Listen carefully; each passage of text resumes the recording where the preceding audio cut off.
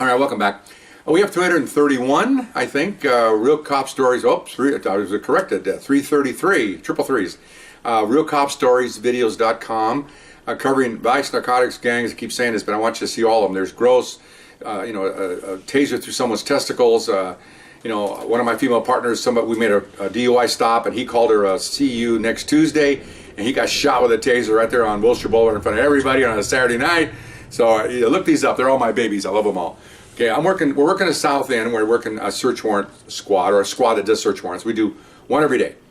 And we brief for these, okay? And we have 16 officers. And now we're not really having, some warrants we don't use patrol with us. This one we don't. It's just us. And we're wearing the helmets and all the gear. Police all over the place, bulletproof vests. So we're briefing. And the case agent who's running it, first level detective, runs the briefing. And then my supervisor afterwards throws some input, and then I'm the last guy because I'm in charge to throw anything in there. So they're talking about different things. And it's an old guy in a wheelchair. And they kept saying, he may not be a threat, so, be careful. Oh, okay, fine. So I'm sitting there going, oh, okay. Well, I've been around the block now, got 30 years on. Everybody's a threat. If he can pull the trigger, he's a threat, okay?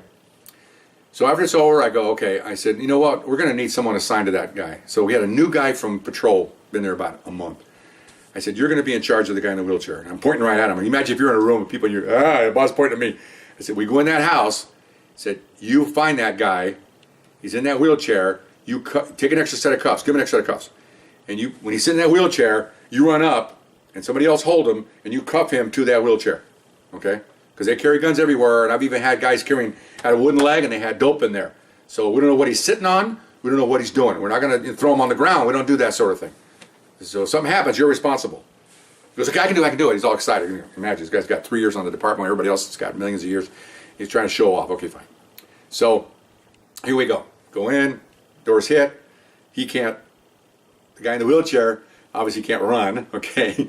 But it's a small house. He's near the bed yelling at us the bed's over here, and he's sitting next to the bed.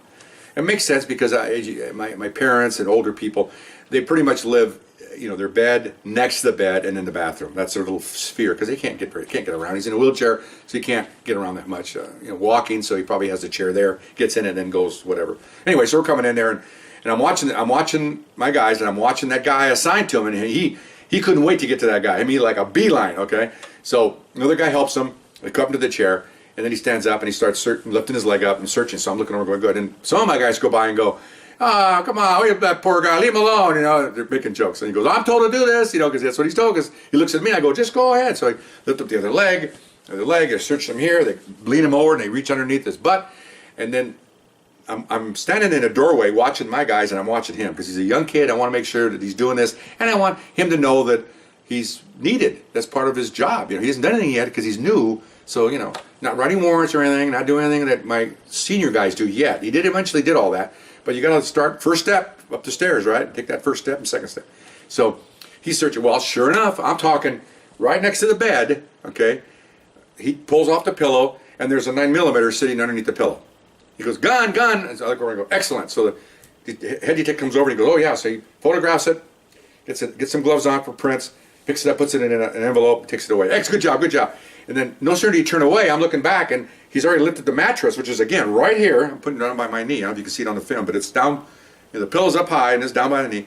Pulls up that's okay. He pulls up the top mattress, and there's a sawed-off shotgun laying under there. Okay, and they're all loaded, of course. Shotgun. So he comes over, same thing. Take it away. Then he goes, anything else? We're looking around. There's a dresser over here. Dresser's clean. Everything's so the rest of the room's clean. We find narcotics in the living room and in the cupboards and the drawer where the knives are. I mean, this guy's dealing dope in there. Okay, we find codeine tablets. We find oxycontin. Okay, he's dealing all kinds of stuff. Kind of like a little mini store. All there by himself. He's probably like 75, 76 years old. He's an invalid. So no problem. We just finished. Unlock the wheels. Take him right out the door. Put him in the police car and take the wheelchair, put it back inside. A neighbor came over, locked the house, and we're done. So back to the station, we're debriefing. We debrief all these things. And so the lead detective, who kind of made fun of this guy, he gets up there and debriefs everybody. And he goes, oh, and by the way, he says, appreciate so-and-so getting interest in that old man. He says, and everybody knows, some guys didn't know what we got because everybody's searching. You don't really, it isn't like gun and 16 guys run over and look at it, and then we all go back. We've seen guns. So some guys didn't. Some guy heard we got a gun. Some guys didn't know what the circumstances. But that's why we debrief. So everybody knows what everybody did.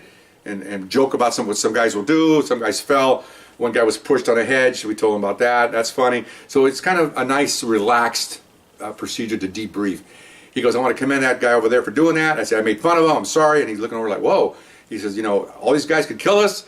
He said, I'm sure if he had a chance that he didn't like what we're doing. The guy was pretty jovial, but man, they could, you watch cops, people turn immediately. They're from smiles to hatred within a second.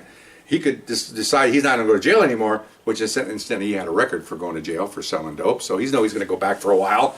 He could just all of a sudden go crazy, just grab that gun, start shooting. There's so many cops there, he's going to hit somebody. There's a dozen or more of us in there.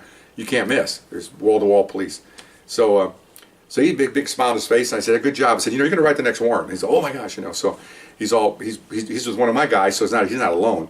So he did write, I think not the next one, but a couple, 3 down the road, he wrote one. It was successful, and this is what we do. We keep our warrant services going. Young officers come up, we teach them, and then they go away. We just keep on going. It's like a train, with a passenger car. We're the conductor, we're the staff, and people come on, they get off. And they learn when they get there, and when they get off, they go back and train other people. So it worked out really well. Everything was safe, it was fine. And that's why, knock on wood, 460 some warrants, we never got in a shooting because we tried to cover everything. Some officers, they've been in shootings in other areas where we heard that some guy, had one leg and he reached for a gun, they shot him. Because you gotta cover these guys, man. Everybody can pull a trigger, male or female, doesn't really matter. 15, 13, 12. What age do you drop off that they could actually shoot you? Who knows? You hear it all the time on the news where 6-year-old kid shoots his dad or accidental gun. If you can pull that trigger, you can kill somebody. So we make sure we took care of all the angles and felt good about this guy. He turned out really well. And unfortunately, he left because we had some chief problems at the time. I mentioned the guy's name. The chief was kind of an a-hole. And a lot of our officers left. He was one of them that left. He went to a county outside and got a job there and used us as a recommendation. They even called me about him. So it all came out good. Unfortunately, our chief ruined a lot of the guys that left. But that's his problem, not mine. So anyway, hope you enjoyed that. We'll see you next time. Bye-bye.